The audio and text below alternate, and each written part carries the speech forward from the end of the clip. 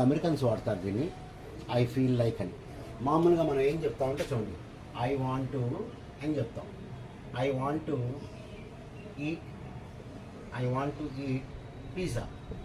ఇది మనం చెప్పేది. I want to eat pizza. నేను పిజ్జా తినాలనుకుంటున్నాను అంటే ఇది నా కోరిక అని. ఇది నా కోరిక అని.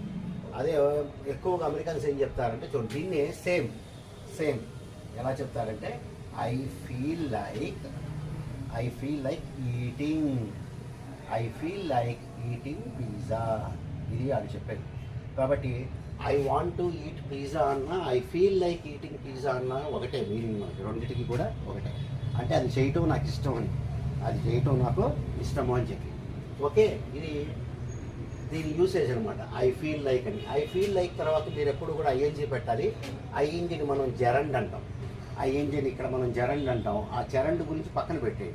Feel like